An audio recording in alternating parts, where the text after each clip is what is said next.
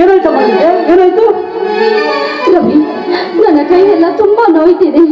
ಬೇಗ ರವಿ, ಬೇಗ ನೋಡು. ಯಾವ್ದಾದ್ರು ಹಳೆ ಬಟ್ಟೆ ತರ್ತೀನಿ. ರವಿ, ಬೇಡ ಬಾ ರವಿ, ನಾನು ಇಲ್ಲೇ ಹಳೆ ಸೀರೆ ಉಟ್ಕೊಂಡಿದ್ದೀನಿ. ಹೇಗಾದ್ರೂ ಮಾಡಿ ಇದನ್ನೇ ಹೊರಗೆ ಕಟ್ಟು ರವಿ, ಬೇಗ ಕಟ್ಟು. ಅಯ್ಯೋ ಅಮ್ಮ, ತುಂಬಾ ನೋಯ್ತಾ ಇದೆ. ಅಯ್ಯೋ ಅಮ್ಮ.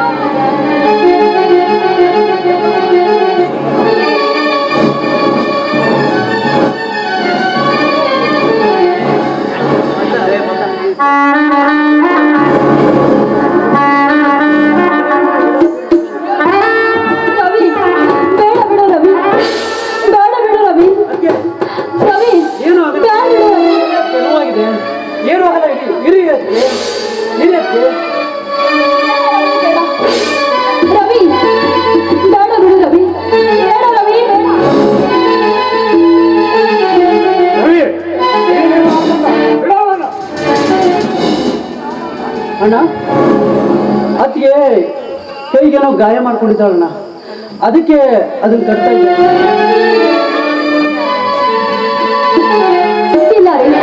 ಸುಳ್ಳು ರೀ, ಸುಳ್ಳು. ಇವನು ಸುಳ್ಳು ಹೇಳ್ತಾ ಇದ್ದಾನೆ. ನಾನು ಅವನ ಅತ್ತಿಗೆ ಅನ್ನುವುದನ್ನು ಮರೆತು ನನ್ನನ್ನು ಬಲಾತ್ಕಾರ ಮಾಡಲು ಬಂದಿದ್ದ ಈ ನೀಚ. ಏನು ಹೇಳುತ್ತೀರಿ ಅಮ್ಮ? ನಾನು ನಿನ್ನನ್ನ ಬೇಡ ಅತ್ತಿಗೆ, ಬೇಡ, ದಯವಿಟ್ಟು ನಿಮಗೆ ಕೈ ಮುಗಿದು ಬೇಡಿಕೊಳ್ಳುತ್ತೇನೆ. ಇಂತಹ ಕೆಟ್ಟ ಅಪವಾದನ್ನು ಹೊರಸಬೇಡ ತಾಯಿ, ಹೊರಸಬೇಡ ಅತ್ತಿಗೆ. ನಾನು ಈ ರೀತಿ ಮಾಡಿದ್ದೇನಮ್ಮ, ನಿಮಗೆ ಕೈ ಮುಗಿದು ಹೇಳಿಕೊಳ್ತೀನಿ ಅತ್ತಿಗೆ,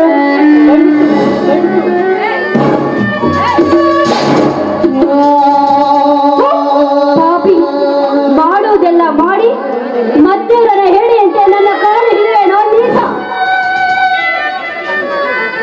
ಅತ್ತಿಗೆ, ಈ ಜಗತ್ತಿನಲ್ಲಿ ಯಾವ ಮಗನಾದರೂ ತಾಯಿಯ ಮೇಲೆ ಕೆಟ್ಟ ದೃಷ್ಟಿ ಇಡಲು ಸಾಧ್ಯವಿಲ್ಲ. ತನ್ನ ತಾಯಿ ಇಲ್ಲದೆ, ಬಂಧು ಬಳಗವಿಲ್ಲದೆ, ನಿಮ್ಮೆಲ್ಲ ಸರ್ವಸ್ವದಿಂದ ನಾನು ಅನ್ನ ಬಿಟ್ಟ ಮನೆಗೆ ಕನ್ನ ಇಡುವ ತಮ್ಮ ನಾನಲ್ಲ. ದಯವಿಟ್ಟು ನಮ್ಮನ್ನ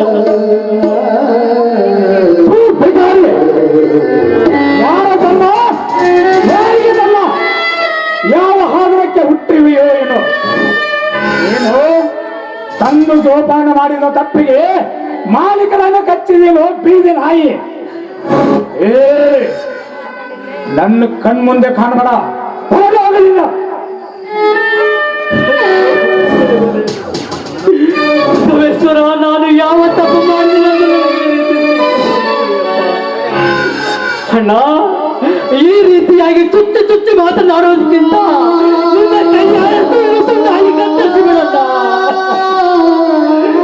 ಸಂತೋಷದಿಂದ ಸತ್ತು ಹೋಗುತ್ತೇನೆ. ಆದರೆ ಅತ್ತಿಗೆ ಎಂದರೆ ಹೆತ್ತ ತಾಯಿಗೆ ಸಮಾನ.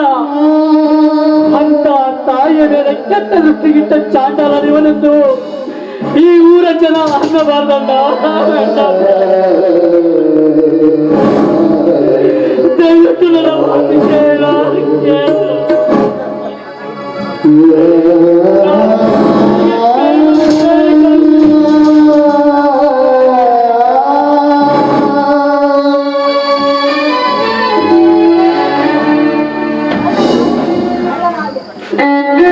ಹಾಗೆ ಮಾಡುವುದೆಲ್ಲ ಮಾಡಿ ಕಳ್ಳನಂತೆ ಹೇಗೆ ಆಡ್ತಾ ಇದ್ದ ನೋಡ್ರಿ ಇವನು.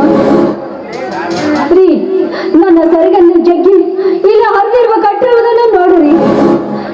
ನನ್ನ ಸೆರಗನ್ನು ಜಗ್ಗಿ ಹೇಗೆ ಹರಿದಿದ್ದಾನೆ. ಇಷ್ಟು ನಿಮಗೆ ಸಾಕ್ಷಿ ಸಾಲದ?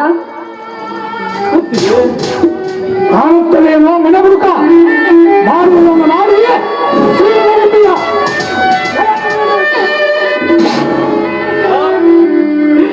ಹೊತ್ತಿಗೆಯ ಕೈಗೆ ಗಾಯವಾಗಿದೆ ಅಂದಾಗ ಕಟ್ಟಲು ಹರಿದುವ ಬಟ್ಟೆಯನ್ನ ಬಟ್ಟೆ ಬಿಟ್ಟು ತಾಯಿಯ ಜಗು ಜಗು ಕೆಟ್ಟ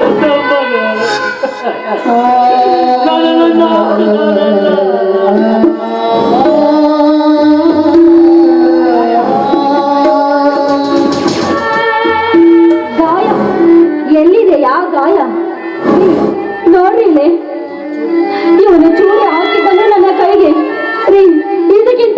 ಬೇರೆ ಗಾಯ ಬೇಕಾದ್ರೆ ನೋಡ್ರಿ ಹೇಗೆ ಚೂರಿ ಹಾಕಿ ನಿಂತಿದ್ದಾನೆ. ಹೇಗೆ ನಿಮ್ಮ ಎದುರಿಗೆ ನಾಟಕ ಮಾಡ್ತಾ ಇದ್ದಾನೆ ಈ ಪಾಪಿ. ರವಿ, ಮರು ಮಾತನಾಡುವೆ, ನಮ್ಮ ಮನೆಯಿಂದ ತೊಲಗ. ಅಣ್ಣ, ನನಗೆ ನಿಮ್ಮನ್ನು ಬಿಟ್ಟು ಬೇರೆ ಯಾರಿದ್ದಾರಲ್ಲ. ಅಪ್ಪ ಇಲ್ಲ, ಅಮ್ಮ ಇಲ್ಲ, ಬಂಧು ಇಲ್ಲ, ಬಳಗವಿಲ್ಲ. ನಿಮ್ಮನ್ನು ಬಿಟ್ಟರೆ ಈ ಸಮಾಜದಲ್ಲಿ ನನಗೆ ಯಾರು ಗೊತ್ತಿಲ್ಲಣ್ಣ. ನಾನು ಎಲ್ಲಿಗೆ ಹೋಗಲಣ್ಣ. ನನಗೆ ಯಾರು ಸಿಕ್ಕಲ್ಲ.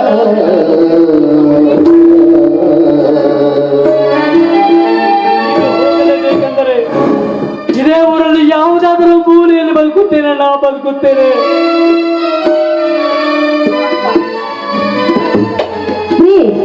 ಈ ಮನೆಯಲ್ಲಿ ನೀವಿರ್ಬೇಕು ಒಂದು, ಇಲ್ಲ ನಾವಿರ್ಬೇಕು ಒಂದು. ಇದಕ್ಕೆ ನೀನೇ ತೀರ್ಮಾನಿಸು. ಆದ್ರೆ ಮೊದಲು ಈ ಪಾಪೆಯನ್ನು ಒಂದು ಹೊರಗೆ ಹಾಕಿ, ಇವನನ್ನು ಹೊರಗೆ ಹಾಕಿ ಮೊದಲ. ರವಿ, ಮರು ಮಾತನಾಡದೆ ನನಗೆ ನಮ್ಮ ಮನೆ ಬಿಟ್ಟು.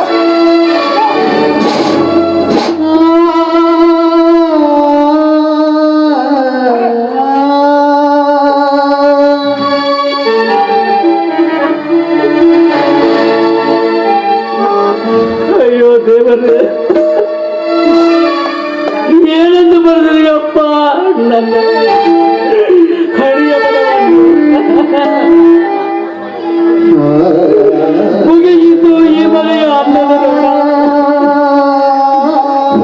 ತಂದೆ ತಾಯಿಗಿಂತ ಹೆಚ್ಚಾಗಿ ಬೆಳೆಸಿರುವ ನನ್ನ ಹಿರಿಯ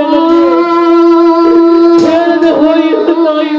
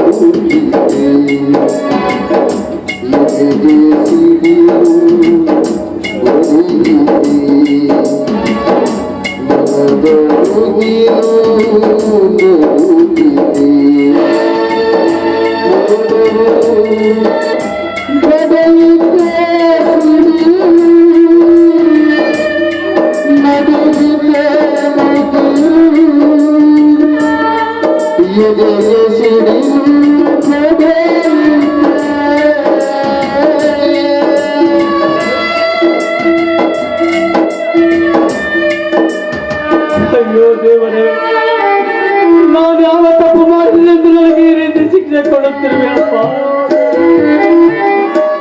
ಚಿಕ್ಕಂದಿನಿಂದ ಹೆತ್ತವರಿಗೆ ಬೇಡವಾದ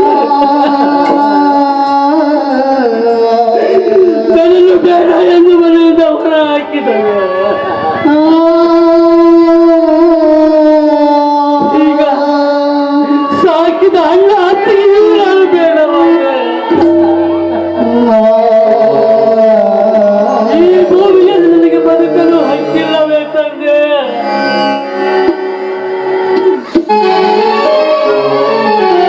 ಇಲ್ಲ, ಈ ರೀತಿ ಆಗಬೇಕೆಂದರೆ ಇದರಲ್ಲಿ ಯಾರಿಗೋ ಕೈವಾಡವಿದೆ. ಆದರೆ ಅದು ಯಾರದೆಂದು ನನಗೆ ಗೊತ್ತಿಲ್ಲ. ಯಾರದು?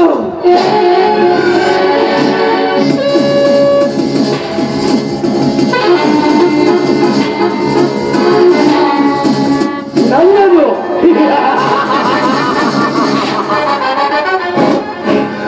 ನನ್ನ ಚಾಲಾಕ್ಷರದ ಬುದ್ಧಿಯಿಂದಲೇ ನೀನು ಬೀದಿಗೆ ಬಂದದ್ದು ರವಿ. ಮುಗಿಯಿತು ನಿನ್ನ ಜೀವನ ಯಾತ್ರೆ. ಮುಂದೆ ಬರುವುದು ನಿನ್ನ ಹಿರಿಯ ನನ್ನ ಕೈಗೆ ಭಿಕ್ಷೆಯ ಪಾತ್ರೆ. ಹೇಗಿದೆ ನನ್ನ ತಂತ್ರ? ತಾಯಿ ಗಂಡ, ವಿಷದ ಬೀಜ ಬಿತ್ತಿದ ಮಾತ್ರಕ್ಕೆ ಗೆದ್ದನೆಂದು ತಿಳಿಯಬೇಡ. ಕೆಚ್ಚದೆಯ ಕನ್ನಡಿಗರು ತಿರುಗಿ ಬಿದ್ದರೆ ಚೂರು ಚೂರಾಗುವ ಮಗನೆಯ ಅಕ್ಷರ. ಲೇ ರವಿ, ಕೆಟ್ಟು ಹೋಗಲಿ ನನ್ನ ಸಂಸಾರ. ಬೆಕ್ಕೆಟ್ಟು ನಿಂತಿರುವೆಂದು ಮಾರು ನೋಡಿದರೆ ನನಗೆ ಅಯ್ಯೋ ಎನಿಸುತ್ತದೆ.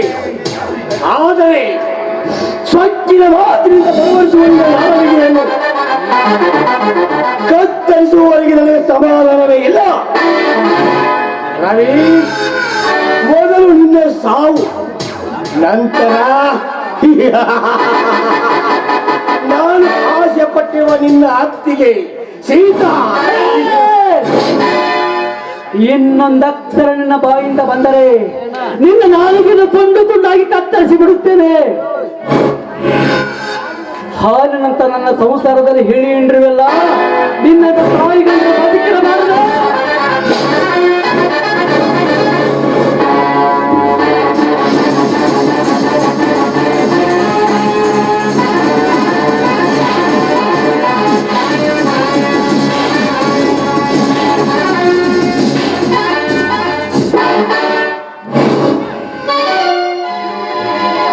ನಿನ್ನನ್ನು ಬಿಡುವುದಕ್ಕೆ ಹಿಡಿದಿರುತ್ತೀ.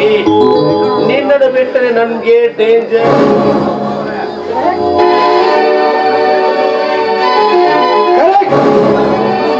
ಈ ನಾಯಿಯನ್ನು ನಾನೇ ಕತ್ತರಿಸುತ್ತೇನೆ.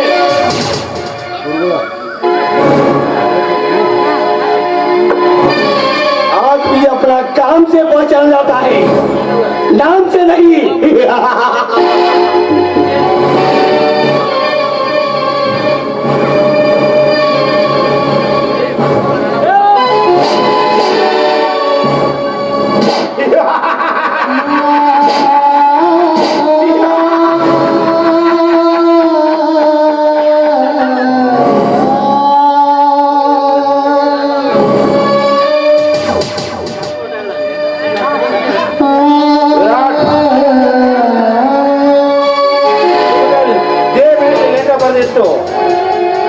ನಾನು ಆತ್ಮೆ ಹತ್ಯೆ ಮಾಡಿಕೊಡಿದ ನನಗೆ ಈ ಕಲೆಯನ್ನು ಯಾರ ಮೇಲೆ ಹಾಕಬೇಕೆಂದು ನಾನು ಹೇಳ್ತೇನೆ. ನಡೆ ಹೋಗೋಣ.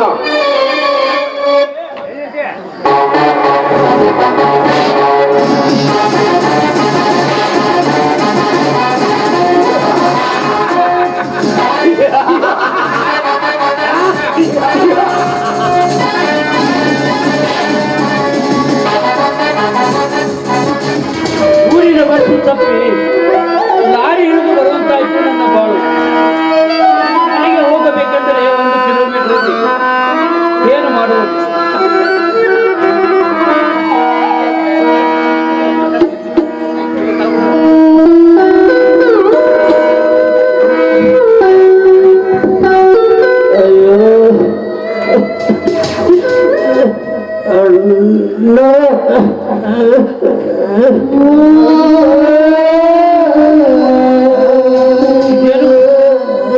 ಯಾರೋ ನರಳುತ್ತಾ ಇರುವ ಶಬ್ದ ಕೇಳುತ್ತಿದೆಯಲ್ಲ, ಯಾರಿರಬಹುದು?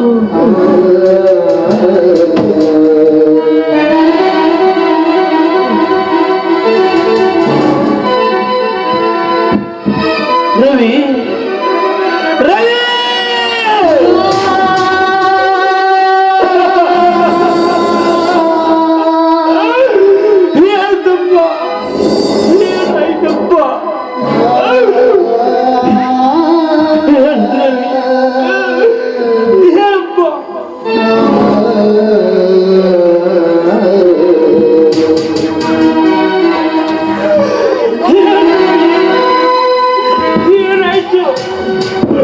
ಮಾತನಾಡು ರವಿ, ಮಾತನಾಡು.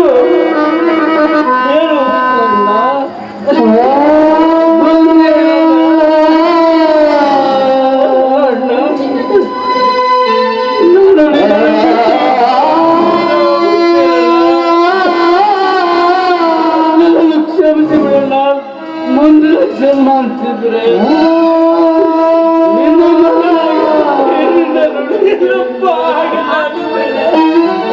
ಹಾಗೆಲ್ಲ ಅಲ್ಲ ಬೇಡ ಕಂಡು, ಹಾಗೆಲ್ಲ ಅಲ್ಲ ಬೇಡ.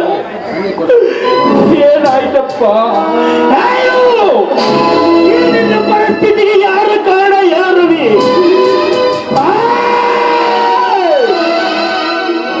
ಅವರು ಯಾರೇ ಆಗಿರಲಿ, ಅವರ ತಾಯಿಯ ಗರ್ಭದಲ್ಲಿ ಅಡಗಿರುತ್ತಿದ್ದು ಅವರ ರಕ್ತದಿಂದ ನಿನ್ನ ಅಭಿಷೇಕ ಮಾಡುತ್ತ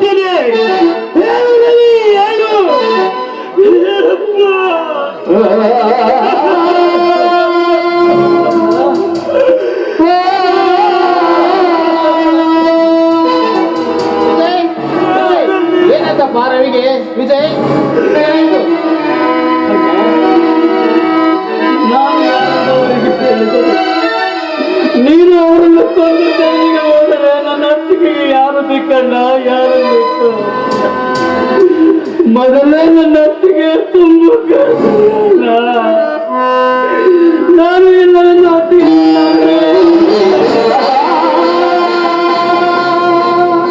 ದಯವಿಟ್ಟು ನಾನಿಲ್ಲವೆನ್ನುವ ವಿಚಾರ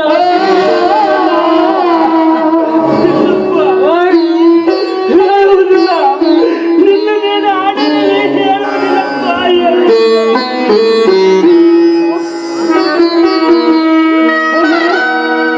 ನನ್ನ ತಮ್ಮ ಸತ್ತು ಹೋದರೆ ಯಾರು ಮಾಡಿರಪ್ಪ?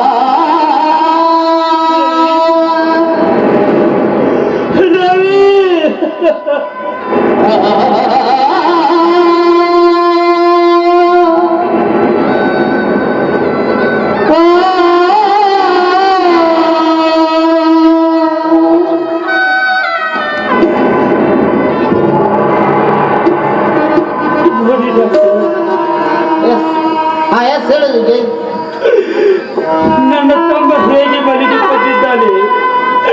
ಈ ಹಾಳು ಪ್ರಪಂಚದ ಸಹವಾಸವೇ ಸಾಕಿದಂತೆ ಶಾಂತಿಯಿಂದ ಹೇಗೆ ಬದುಕಿಕೊಂಡು ಬಿಟ್ಟಿದ್ದಾನೆ ನೋಡಿ ಸರ್. ರವಿ, ಡಾಕ್ಟರ್ ಚಂದ್ರು ಬಂದಿದ್ದಾರಪ್ಪ. ಒಂದೇ ಒಂದು ಸಾರಿ ಕಂಡುಬಿಟ್ಟು ಅವರ ಜೊತೆ ಮಾತನಾಡಲು ನೋಡಮ್ಮ. ಅಯ್ಯೋ, ಮಾತನಾಡಪ್ಪ, ಮಾತನಾಡು.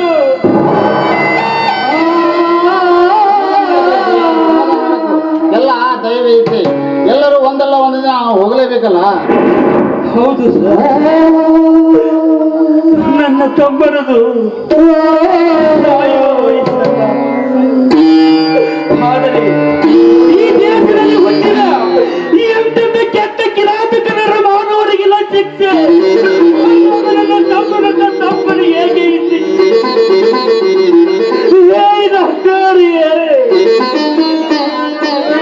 ನೋಡು ವಿಜಯ್, ಆಗಿ ಹೋಗೋದು ಕೆಲಸ ಕಡೆ ವಿಚಾರ ಮಾಡಿ ಫಲವಿಲ್ಲ. ಯಾವುದ್ರೊಳಗೆ ಗಮನ ಕೊಡು. ತಂಗಿ ಸಿಕ್ಕಾಳಿಗೆ ಹುಷಾರಿಲ್ಲ. ಮೊನ್ನೆ ಕರೆದುಕೊಂಡು ಹೋಗಿ ಅಡ್ಮಿಟ್ ಮಾಡಿ ಬಂದಿದ್ದೀನಿ. ಹಾ ಪಾಪ, ಈ ವಿಷಯ ಅವಳಿಗೆ ಗೊತ್ತಿಲ್ಲ. ಸದ್ಯಕ್ಕೆ ತಿಳಿಸೋದು ಬೇಡ. ಹೌದು ಡಾಕ್ಟರ್, ಹೌದು. ಅವಳಿಗೆ ಈ ವಿಷಯ ಗೊತ್ತಾದರೆ ಅಯ್ಯೋ, ಎಷ್ಟು ಮಗನಿಗಿದ್ದರೂ ಜೋಪಾನ ಮಾಡಿದವಳು ಸತ್ಯವಾಗುತ್ತಾಳೆ ಡಾಕ್ಟರ್, ಸತ್ಯ.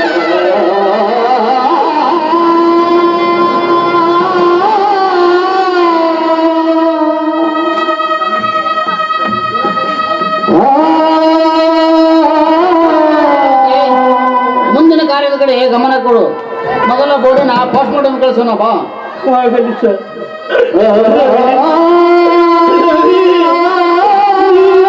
ಜಗತ್ತು ಶೂನ್ಯ ರವಿ, ಶೂನ್ಯ.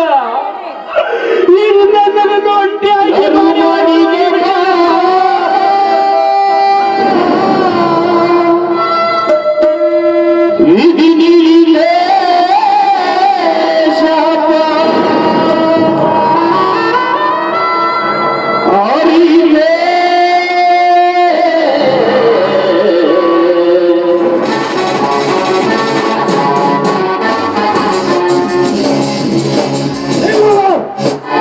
ಕೊಲೆ ಮಾಡಿ ತಪ್ಪಿಸಿಕೊಂಡು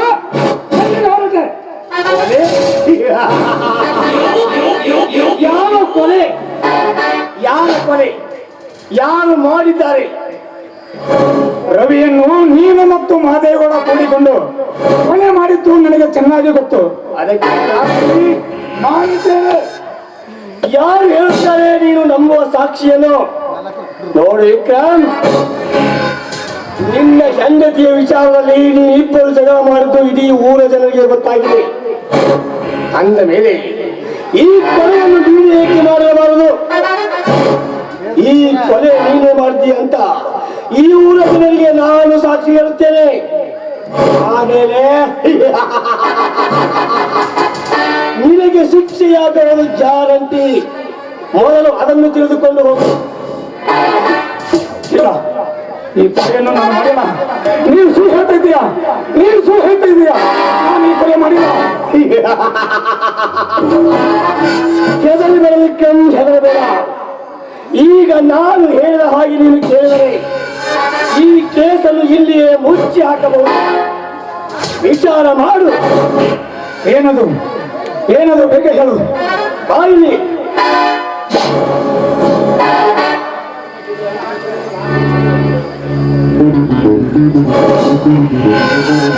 ಹೋಗು. ಸರಿ, ಮೊದಲು ಮನೆಗೆ ಹೋಗಿ ನಾನು ಹೇಳಿದ ಕೆಲಸವನ್ನು ಮಾಡು. ನಾನೇನು ಬರುತ್ತೆ.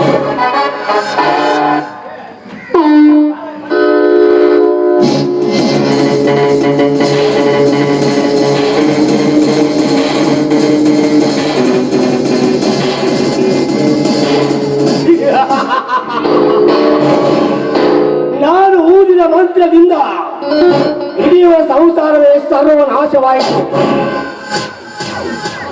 ಸೀತಾ, ಇನ್ನು ನಿನ್ನ ಮಗನಂತಿರುವ ಮೈದ ಸತ್ತು ಸ್ಮಶಾನ ಸೇರಿದ. ಆ ವಿಷಯದಿಂದ ನಿನ್ನ ಗಂಡ ನಾಳೆ ಹುಟ್ಟಲಾಗುತ್ತಾನೆ. ನಂತರ ನೀನು ಮೈ ಮಾರಿಕೊಳ್ಳುವ ಸೂಳೆಯಾಗಲೇಬೇಕು. ಪತಿವೃತ್ತಿಯನ್ನು ಸೋಗು ಹಾಕಿ ನನ್ನ ಕೈಯಿಂದ ತಪ್ಪಿಸಿಕೊಂಡು ಹೋದೆಯಲ್ಲ, ಇನ್ನು ಮೇಲೆ ನಿನ್ನನ್ನು ಕಾಯಲು ಯಾರು ಬರ್ತಾರೆ ನಾನು ನೋಡುತ್ತೇನೆ. ಹುಡುಗನು ಒಂದೇ ಒಂದು ಭೇಟಿ ಅಂದರೆ ಆ ಚಂದ್ರ ಅವನನ್ನು ಹೇಗಾದರೂ ಮಾಡಿ ಈ ಊರಿನ ವಾಕ್ಯ ಓಡಿಸಲೇಬೇಕು.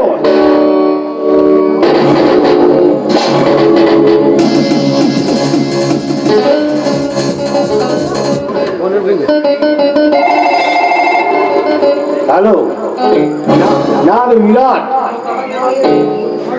ನಾ ಹೇಳಿದ ಕೆಲಸ ಏನಾಯ್ತು? ಸರಿ, ಆದಷ್ಟು ಬೇಗನೆ ಆ ಕೆಲಸ ಮುಗಿಯಲೇಬೇಕು. ಓಕೆ, ಬಾಯ್.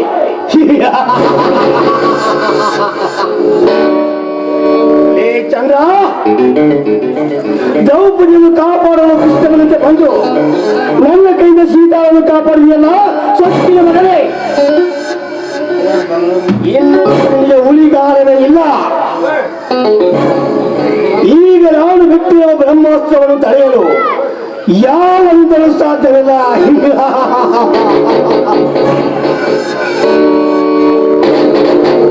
ಎಸ್, ಯಾವನಿಂದಲೂ ಸಾಧ್ಯವಿಲ್ಲ.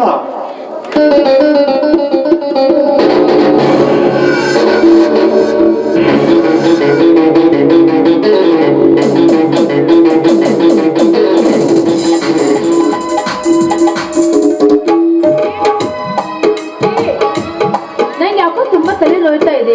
ಬರ್ತಾರೆ ಸ್ವಲ್ಪ ಹೊರಗಡೆ. ಏನಾಯ್ತು ನಿನಗೆ? ಯಾಕೋ ತುಂಬಾ ತಲೆ ನೋಯ್ತಾ ಇದೆ.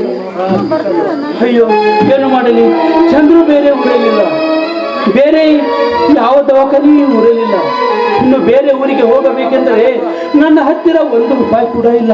ಹಾ ಅಮ್ಮ, ಕವಿತಾ ಕವಿತಾ, ಬೇಗ ಬಾರಮ್ಮ ಹೊರಗೆ.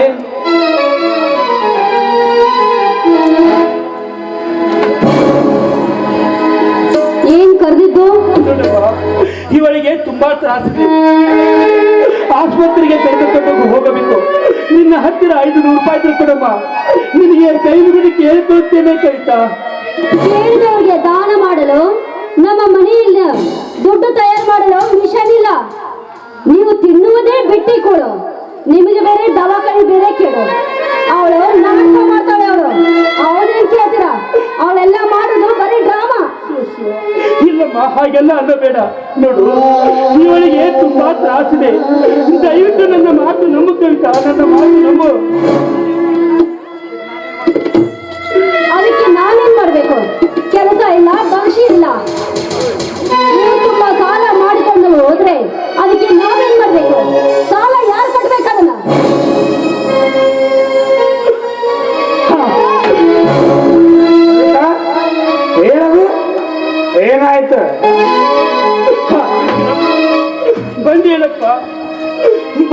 ನೋಡು, ನಿನ್ನ ಅತ್ತಿಗೆಗೆ ತುಂಬಾ ತ್ರಾಸದೆ.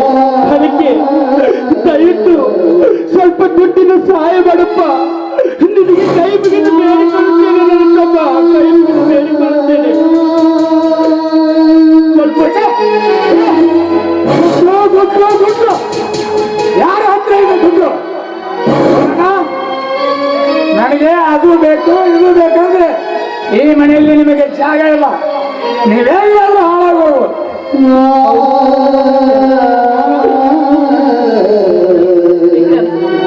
ಯಾಕಪ್ಪ ಮನೆ ಬಿಟ್ಟು ನಾವೆಲ್ಲರೂ ಹೋಗ್ಬೇಕಂತ ಹೇಳ್ತಾ ಇದೆಯಲ್ಲ, ನಾವ್ ಈ ಮನೆಯವರಲ್ಲವೇ? ನಾವ್ ಈ ಮನೆಗೆ ಸಂಬಂಧ ಇಲ್ಲವೇ?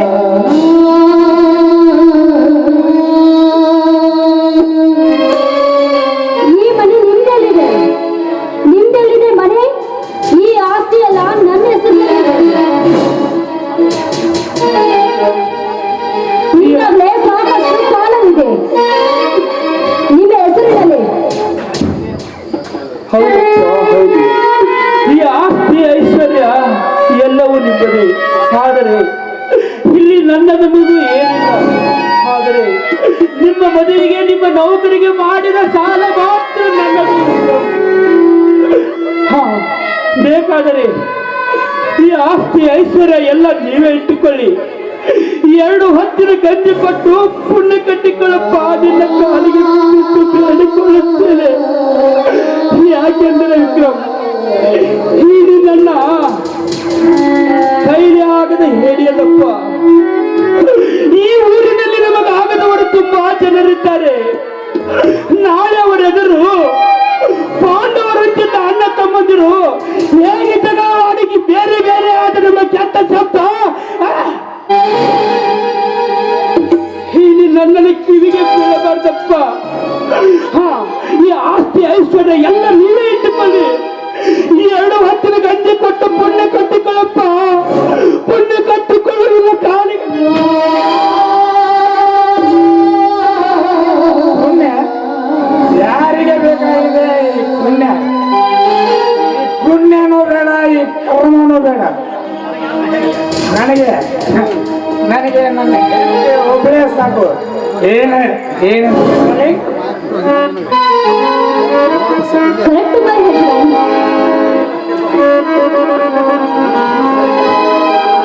ನೋಡಮ್ಮ, ಈ ಊರಿಗೆ ದೇವರು ತರಿಸ್ಕೊಂಡ್ರು ನಿಮ್ಮ ಮನೆ ಬಿಟ್ಟು ಹೊರಗೆ ಹಾಕಿದ್ರೆ ಇರೋ ಸಂಸಾರ ಇಷ್ಟೊಂದು ಬಿರುಕಾಗಿ ಹೋಯ್ತಲ್ಲ ಅಂತ ಜನ ಆಡ್ಕೊಳ್ತಾರಮ್ಮ.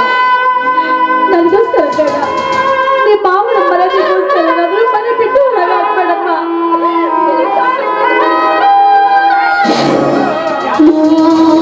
ಬರೀ ಆಚೆ ಯಾರು ಮಾಡ ಹೋದ್ರೆ ನನಗೇನಾಗಬೇಕಾಗಿದೆ? ಮೊದಲು ಹೊರಟೋಗಿಲ್ಲ. ನಡೆ ಹೋಗೋಣ. ಯಾರ್ಯಾರ ಹಣೆಯ ಬರದಲ್ಲಿ ಏನು ಬರೆದಿರ್ತಾನೋ ಆ ಬ್ರಹ್ಮನಿಗೆ ಮಾತ್ರ ಗೊತ್ತು. ಅದನ್ನು ಅನುಭವಿಸಲೇಬೇಕು. ಈಗ ನಮ್ಮ ಹಣೆಯಲ್ಲಿ ಈ ರೀತಿ ಬರೆದಿದೆ ಅಂದ ಬಳಿಕ ಅದನ್ನು ಅನುಭವಿಸಲೇಬೇಕು. ಧರ್ಮ ಎಂಬ ಸಿಂಹಾಸನದ ಮೇಲೆ ಕರ್ಮ ಎಂಬ ಅಧಿಪತಿಯು ಕುಳಿತು ರಾಜ್ಯಭಾರ ಮಾಡುತ್ತಿರುವಾಗ ಕರ್ಮ ಎಂಬ ರಾಜನ ಕೈ ಕೆಳಗೆ ಗುಲಾಮನಾಗಿ ಕೆಲಸ ಮಾಡುತ್ತಿದೆ. ಯಾಕೆ ಹೇಳುತ್ತೀಯ? ಏನಾಯ್ತಲ್ಲ ಈ ನನ್ನ ಗಂಡನ ಬಾಳೆಂದು ವ್ಯಥೆಯಾಗುತ್ತಿದೆಯಾ? ನೀನೇನು ಚಿಂತಿಸಬೇಡ. ಶ್ರೀ ಗುರು ಮನ್ನಬಸವೇಶ್ವರ ಕೃಪಾ ಆಶೀರ್ವಾದ ಹೊಂದಿದ್ದರೆ ಸಾಕು. ಎಲ್ಲಿಯಾದರೂ ತಿಚ್ಚಿ ಬೇಡಿ ಹೊಟ್ಟೆ ತುಂಬಿಸಿಕೊಳ್ಳೋಣ. ನಡೆ, ಹುಟ್ಟಿ ಬೇಗ ಈ ಬರೆಯ ಅನ್ನದ ಋಣ ಮುಗಿಯಿತು. ಅಮ್ಮ ಕವಿತ, ನನ್ನ ತಮ್ಮನನ್ನು ಚೆನ್ನಾಗಿ ನೋಡಿಕೊಳ್ಳಪ್ಪ. ಬರುತ್ತೇನಪ್ಪ, ಇಲ್ಲ ಹೋಗುತ್ತೇನೆ. ಹುಟ್ಟಿ ಬೇಗ ಈ ಬರೆಯ ಅನ್ನದ ಋಣ ಇತ್ತಿಗೆ ಮುಗಿಯಿತು. ನಡೆ. ವಿಧಿಯಾಟ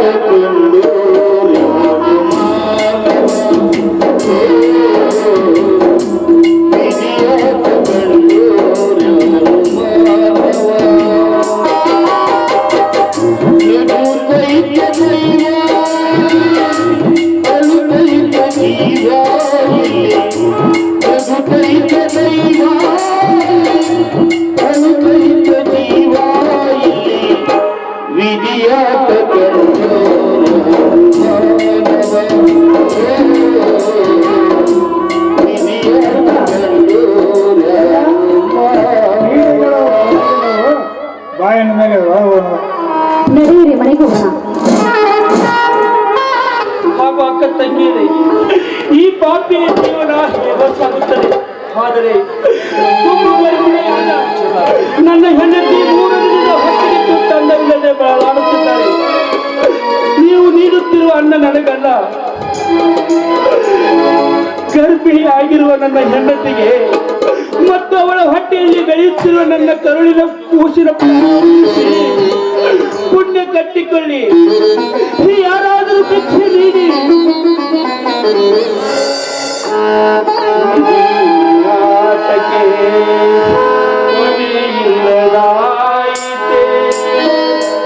ನೀ ಬರೆದ ಹಾಡಿಗೆ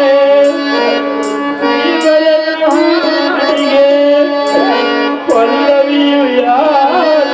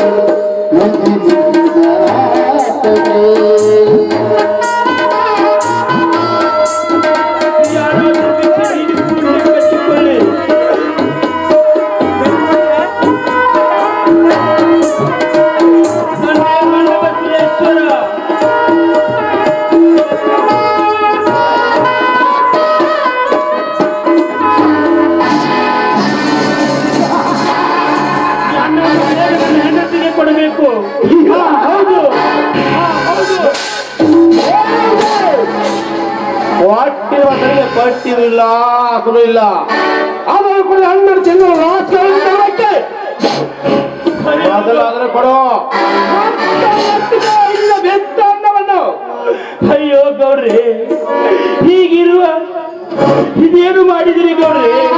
ಈ ಅನ್ನ ನನಗಲ್ಲ, ತುಂಬು ಗರ್ಭಿಣಿಯಾದ ನನ್ನ ಹೆಂಡತಿಗೆ ಮತ್ತವಳ ಹೊಟ್ಟೆಯಲ್ಲಿ ಬರುತ್ತಿರುವ ನನ್ನ ಕರುಳಿನ ಕುಡಿಯನ್ನು ಉಳಿಸಿ ಪುಣ್ಯ ಕಟ್ಟಿಕೊಳ್ಳಿ ಗೌಡ್ರಿ. ಯಾವ ನನಗೆ ಮೊದಲ ಬೇಕಾಗಿದ್ದು ನನ್ನ ದೊಡ್ಡ ಮೊದಲಾದರೂ ಕೊಡು. ನಂತರ ಇರಿಸಿಕೊಂಡಿನ ಕರಳ ಬಳ್ಳಿಯನ್ನು ಅದೇ ಕೊಡ್ರಿ, ಬೇಕಾದರೆ ನಿಮ್ಮ ಕಾಲಿಗೆ ಬಿದ್ದು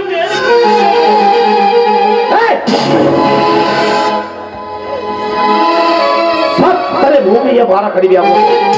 ಸುಮ್ಮನೆ ನನ್ನ ತಾಳ್ಮೆಯನ್ನು ಪರೀಕ್ಷಿಸಬಹುದು ಕೊಡು. ಗೌಡ್ರಿ, ಹೀಗಿರುವ ಈ ನನ್ನ ಪರಿಸ್ಥಿತಿಯಲ್ಲಿ ಸಾಲ ಕೊಡು ಎಂದರೆ ಎಲ್ಲಿಂದ ಕೊಡಲಿ?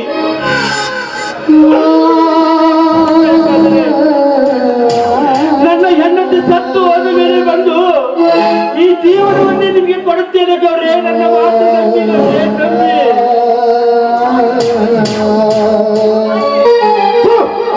ನಾಯಿ ಮಗುವಂತೆ ಹೆಂಡತಿ ಅಂತೆ ಮಗು. ಅದು ಯಾರ ಮಗುವರು? ಯಾರು ಹುಟ್ಟಿದ್ದೋ ಏನೋ?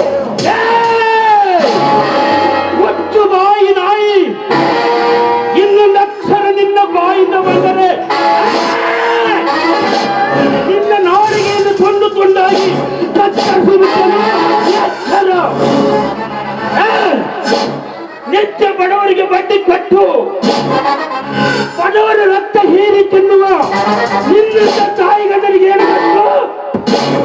ನನ್ನ ಹೆಂಡತಿಯ ಪವಿತ್ರತೆ ಈ ವಿಜಯ್ ಮುನಿದರೆ ಮುಖಂಡನ ಮೂರನೇ ಕಣ್ಣಿದ್ದಂತೆ ಕಣ್ಣು ತೆರೆದರೆ ಭೂಮಿ ಆಗೋದಗಳೇ ಎಚ್ಚರ ನೆನಪಿರಲಿ.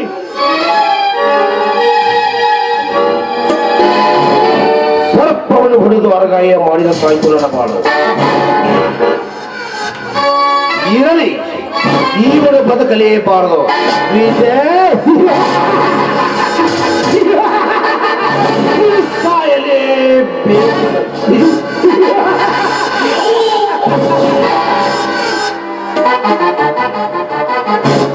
ಹಲೋ ವಿಕ್ರಮ್, ಕೊಪ್ಪಿನ ಹುಲಿ ಅಪ್ಪರಿಸಿ ಬರ್ತಾ ಇದೆ, ಅದು ಕೊಚ್ಚ ಹಾಕಿದ್ರು.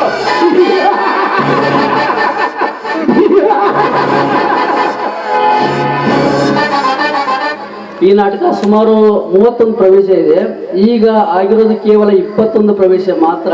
ಇನ್ನೂ 10 ಪ್ರವೇಶ ಬ್ಯಾಲೆನ್ಸ್ ಉಳಿತು. ಯಾಕಂತಂದ್ರೆ ನಮಗೂ ಸ್ವಲ್ಪ ಲೇಟಾಗಿ ಚಲುವಾಗಿರೋದ್ರಿಂದ ಮತ್ತೆ ಪಾತ್ರಧಾರಿಗಳು ಸ್ವಲ್ಪ ಲೇಟಾಗಿ ಬರೋದ್ರಿಂದ ಈ ಥರ ಆಯಿತು.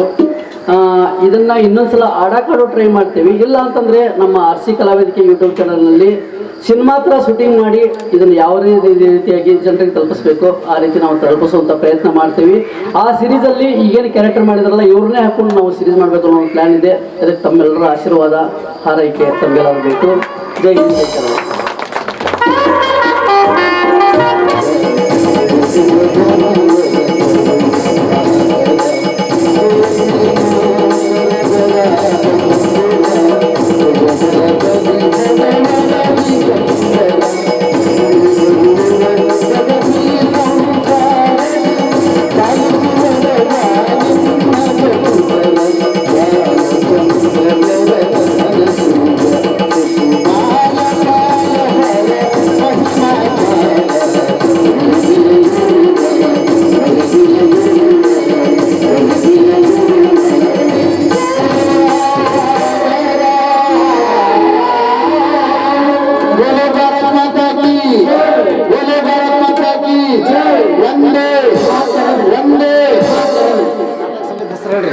ಶ್ರೀಮನ್ನಬಸವೇಶ್ವರ ನಾಟ್ಯ ಸಂಘಕ್ಕೆ, ಮಾನವ ಧರ್ಮಕ್ಕೆ, ಧರ್ಮದಿಂದಲೇ ವಿಶ್ವಕ್ಕೆ ಕಾಮದೇವ ಪಾರುತ್ತಿದ್ದರ